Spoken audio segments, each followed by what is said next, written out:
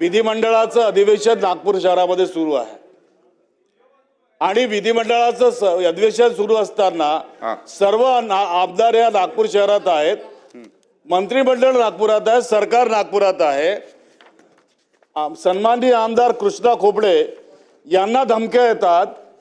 आज सकाळी माझ्याकडे 1 किलोमीटर लांबून मोटरसायकलवर लोक येतात, जोराजोरात मोटरसायकलचं साऊंड हे करतात, माझ्या ऑफिसमध्ये घराच्या खालच्या ऑफिसमध्ये जाऊन चौकशी करतात, कुठं आहेत त्यांना बोलवा।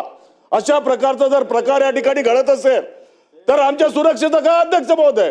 आणि आमच्या नावाचे खोटे पत्र, ज्या पत्रावरती झेरॉक्सची साईन आहे आणि ती साईन असताना अध्यक्ष महोदय त्या आपल्या दालनात बोलावतात आणि म्हणतात की तुमचा पुतण्या आहे। अहो, कोण माझा पुतण्या? राऊत नाव असलं म्हणून काय पुतण्या होतो काय? आणि खोट्या स्वाक्षरी करून किंवा झेरॉक्स कॉपीवर अध्यक्षांचं कार्यालय पासेस इश्यू कसं करू शकतं त्या ठिकाणी? हा माझा प्रश्न अध्यक्ष महोदय। आणि त्यामुळं अशा या सिक्युरिटीच्या इश्यूवर आज जर माझ्या जीवाला जर काही झालं असतं, तो ग्रस्त आतमध्ये आला, त्यांनी मोठे मोठे त्याचे केस, उंच पुरा आणि इतक्या तावातावानी त्या ऑफिसमध्ये बोलत होता। काही बौद्ध भिक्षू त्या ठिकाणी बसले होते अध्यक्ष महोदय, ते सगळे घाबरलेत।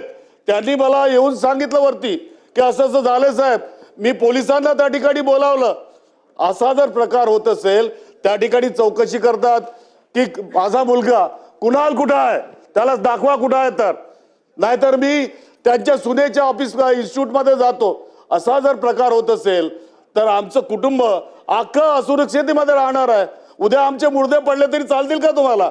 तर अशा वेळेला मी कोणती सिक्युरिटी वापरत नाही आजपर्यंत, सरकारची कोणती सिक्युरिटी माझ्याकडे नाही।